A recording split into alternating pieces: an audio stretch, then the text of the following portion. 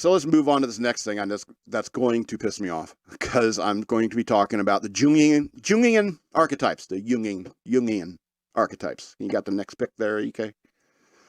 The color wheel. All right, so Carl Jung came up with this, and Carl Jung was I'll just read this few paragraphs here.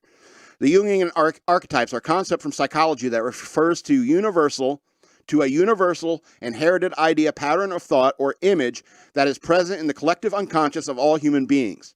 All human beings. The psychic counterpart of instinct, archetypes are thought to be the basis of many of the common themes and symbols that appear in stories, myths, and dreams, different cultures and societies. For example, the archetypes include those of the mother, the child, the trickster, the flood, and among others. The concept of archetypes in the collective unconscious was first proposed by Carl Jung, a Swiss psychiatrist and psychoanalyst. According to Jung, the archetypes are innate patterns of thought and behavior that strive for realization within the individual's environment. This process of actualization influences the degree of individuation, and development of the individual's unique identity. Blah, blah, blah, blah, blah. Me search. This is me search. This is, I want to learn about me. Like I'm so interesting. See, this is like what I really don't like about psychology and stuff like that, is that a lot of it is this like trying to, what's my Carl Jung sign?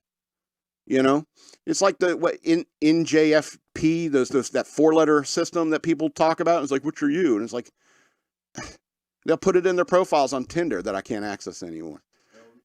Yeah, ENFJP or whatever like that. Look, you can't put people in boxes unless you're burying them. But I mean, the point is that, I look at this chart and I don't see myself anywhere on it. Maybe I'm somewhere in here. But I mean, to be honest, I think I'm here at the.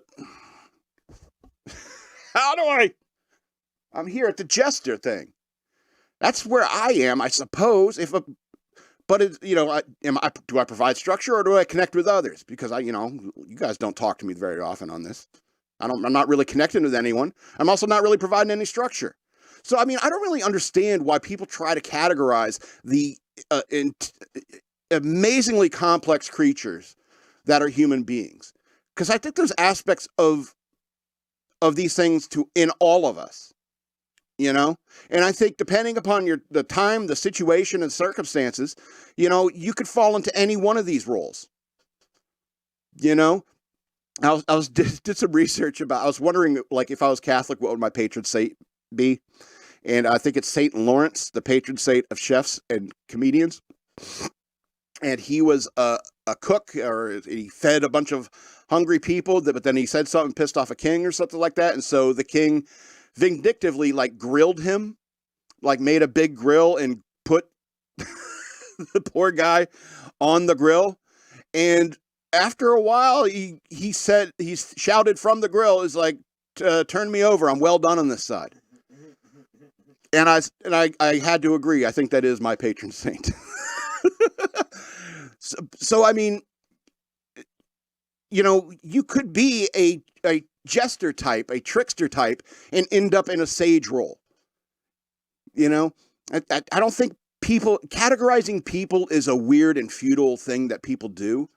And I think that, there's a vast difference between, who I am and who EK is, who you are.